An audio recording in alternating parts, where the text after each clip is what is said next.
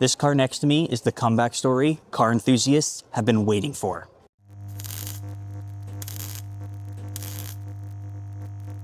Tom here with Go Auto, and next to me is the 2026 Honda Prelude. This isn't just some nostalgic piece.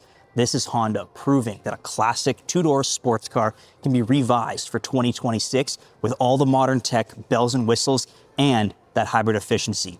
Let's step inside and see what it's all about. Now, stepping inside this vehicle, it truly feels driver focused. From your view out the hood lines down to the materials they used here in the center console, on the seats, or even the doors. But we'll get to that in a minute. The first thing I want to talk about is this floating infotainment system. Now, it might not be the largest or even the best out there, but I think it's one of my favorites because Honda focused on what people want, which is buttons. You got a volume dial right here, next and back song, as well as a home and back button, all on display right next to the infotainment.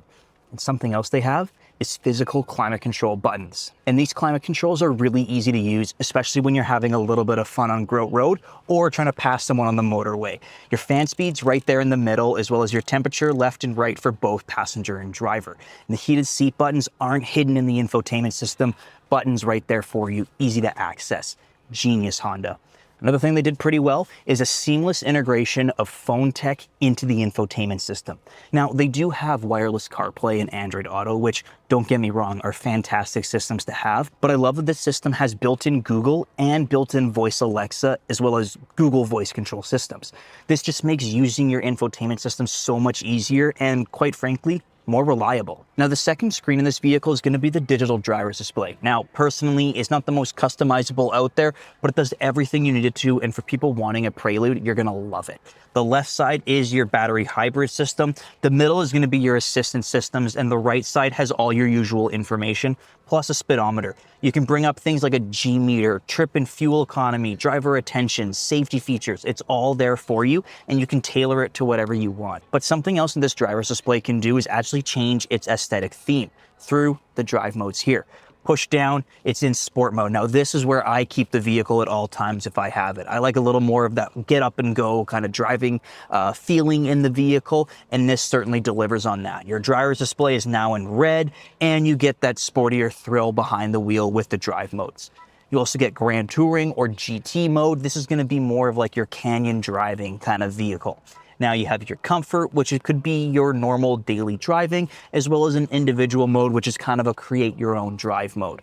But the one to top it all off is going to be this S Plus button. This right here is your Sport Plus button. This is basically making the car track ready for everything. And another thing to go with that is going to have to be these metal paddle shifters behind the gear selector. I love that they've added this to the vehicle.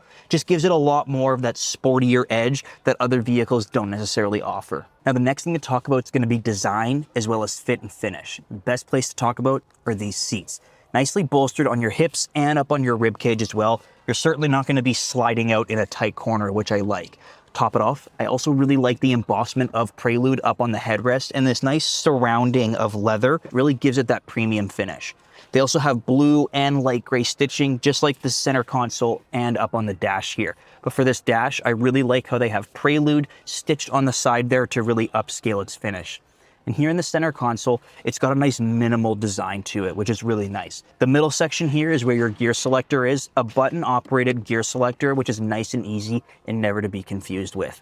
The drive modes are something we've already talked about, but I still like having them right there, as well as the Sport Plus button. Just a really cool feature.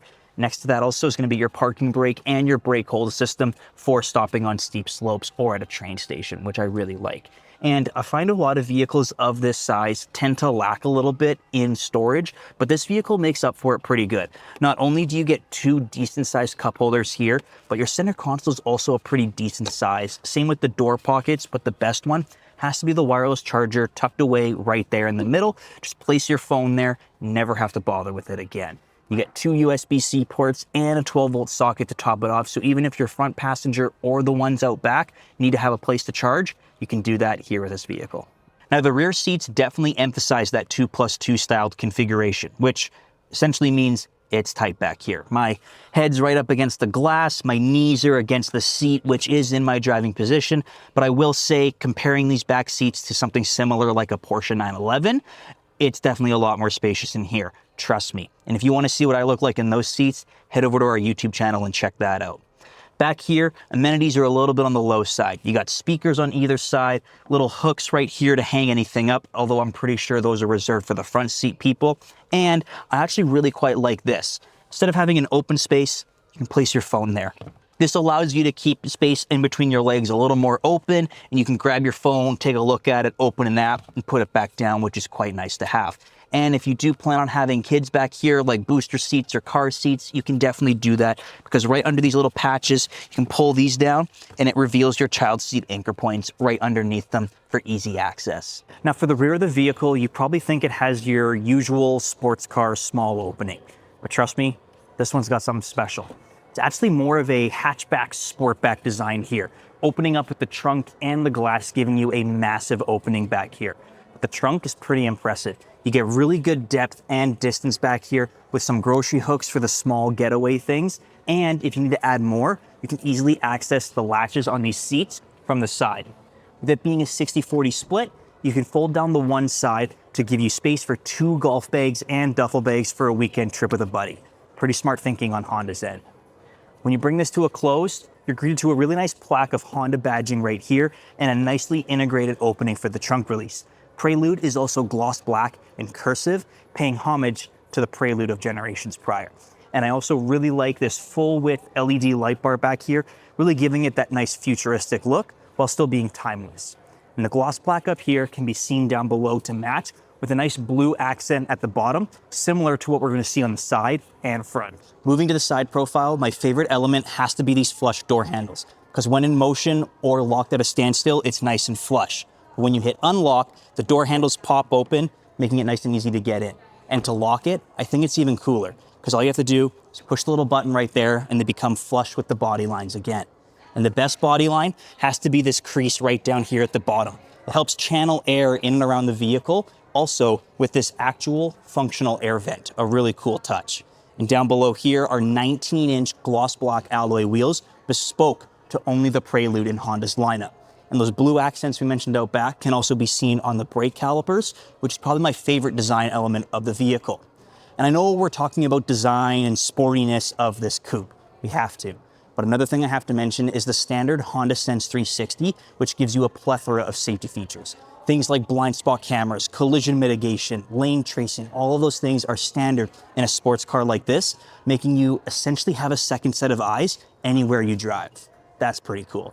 And the safety features continue here in the front. Things like adaptive cruise control, lane steering assist, and so many others, all neatly packed and hidden away in the vehicle up front. And this design language here is beautiful. You got nice accents here in the top grille, and your daytime running lights are these beautiful sharp LEDs that pierce into the front bumper of the vehicle.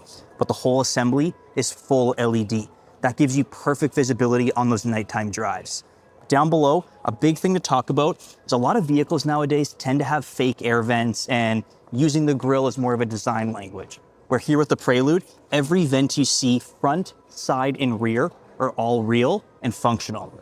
Nice touch, Honda. The 2026 Honda Prelude perfectly blends that classic sports car coupe with modern efficiency and technology. And to learn more about it, visit goauto.ca or any of our Honda dealerships.